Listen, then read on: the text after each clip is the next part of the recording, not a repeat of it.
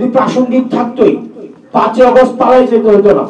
আর আপনারা মিডিয়ায় যারা আছেন, মিডিয়া বিভিন্ন কারণে আমার উপরে ক্ষুব্ধ বিভিন্ন বিষয়ে, আপনারা মিডিয়ায় যারা আছেন আপনাদেরকে এখনো দেখি আপনাদের হচ্ছে যে ভাসুরের নাম মুখে নিতে কেমন যেন লাগে।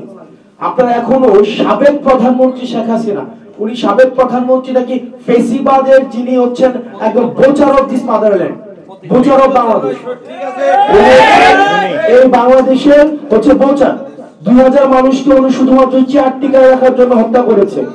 আপনারা কেন মিডিয়াতে যে ফেসিবাদী খুনি হাসিনা লেখা যায় না? ফেসিবাদী খুনি হাসিনা যদি আপনারা না লিখেন, আপনারা না বলেন, আপনার হচ্ছে আওয়ামী যে কাঠামো রয়েছে, মিডিয়া রয়েছে, সেটির সিলসিলা আপনারা অব্যাহত রাখছেন। সুতরাং এই যে আমরা এই হাসিনার চ্যাপ্টার প্লাস 5 আগস্ট ক্লোজ করে দিয়েছি, ছাত্রলীগের চ্যাপ্টার 5 আগস্ট ক্লোজ হয়ে গিয়েছে।